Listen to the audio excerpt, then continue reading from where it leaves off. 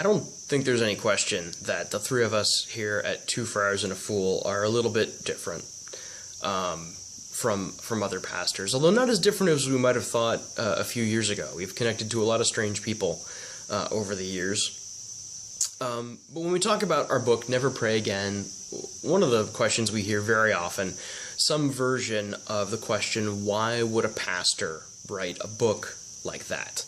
Why would a pastor, or three pastors in this case, write a book with a title like Never Pray Again? You know, that's kind of the opposite of what pastors are supposed to do.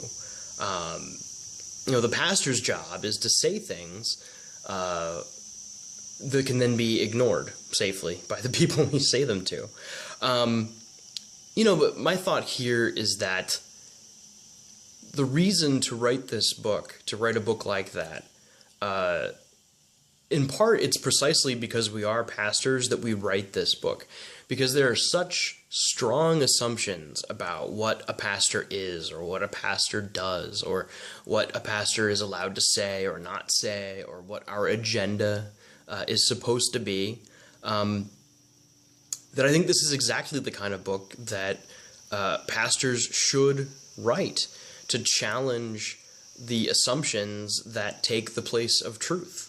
To challenge the assumptions that are placeholders, giving us an excuse not to look more deeply into a question. I would personally be much less inclined to write a book like this if I was not a pastor, because it wouldn't have as much impact. It would lose the intended impact of violating assumptions about what it is to be a pastor and even what it is to be Christian. We intend to violate those assumptions, and we invite you to come along for the ride.